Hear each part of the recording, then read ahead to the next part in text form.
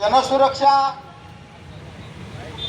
कायद्याविरोधी आज परभणी जिल्ह्यातील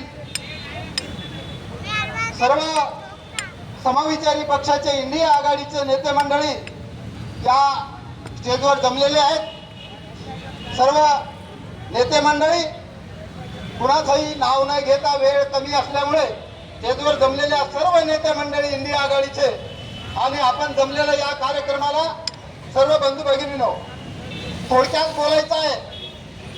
हा जनसुरक्षा कायदा जो आहे हा कायदा खऱ्या अर्थानं जर पारित झाला, या कायद्याची अंमलबजावणी जर सुरू झाली तर तुम्हा आम्हाला या ठिकाणी अन्यायाच्या विरोधी कदापि आपल्याला लढता येणार नाही, उपोषणाला बसता येणार नाही, धर्म धरता येणार नाही, आंदोलन करता येणार नाही। म्हणून या कायद्याचा पहिला प्रथम आपण सर्वांनी निषेध निषेध निषेध निषेध नोंदवूया।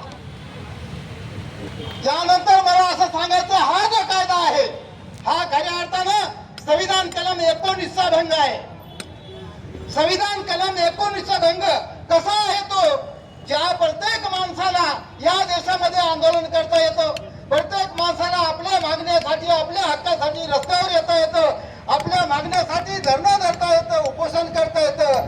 आणि जर हा कायदा पारित झाला तर समोर दिसलेले हे टेंट आहेत उपोषणाचे हे सुद्धा बसता येणार नाहीत। आज या ठिकाणी आपण जे जमलेले आहेत आपण सर्व कार्यकर्ते आहेत, एक एक कार्यकर्ता अन्यायाच्या विरोधात लढणारा या ठिकाणी आहे। सगळे आपण कार्यकर्ते आहेत। मला या सरकारला देशाचं सांगायचंय की हे जे या ठिकाणी जो कार्यक्रम घेतलेला आहे हा महाराष्ट्रभर कार्यक्रम आज आहे, प्रत्येक जिल्ह्याला हा कार्यक्रम आहे, हा राज्यव्यापी कार्यक्रम आहे आणि त्याचा एक भाग म्हणून इंडिया आघाडीचा या ठिकाणी हा कार्यक्रम आहे। म्हणून आपण या कार्यक्रमाला जमलात म्हणून आपल्या सर्वांचं मी या ठिकाणी लाख लाख अभिनंदन करतो।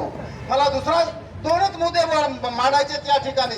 नेपाळच्याकडे जळत आहे, आज आपण सर्व पाहत आहोत, प्रत्येकाच्या हातावर फेसबुक, प्रत्येकाच्या हातावर मोबाईल आहे। नेपाळ जळतंय, मणिपूरच्या बाबतीमध्ये इथलं सरकार एक शब्द बोलायला तयार नाही आणि या गोष्टी नीट लक्षात घ्या। अन्यायाची श्रंखला वाढत आहे। दर 20 मिनिटाला महिलावर बलात्कार होत आहे महाराष्ट्रामध्ये, दर 20 मिनिटाला महिलावर बलात्कार होत आहे, दररोज 7 शेतकरी आत्महत्या करत आहेत आणि हे सरकार या ठिकाणी शांत बसलेलं आहे।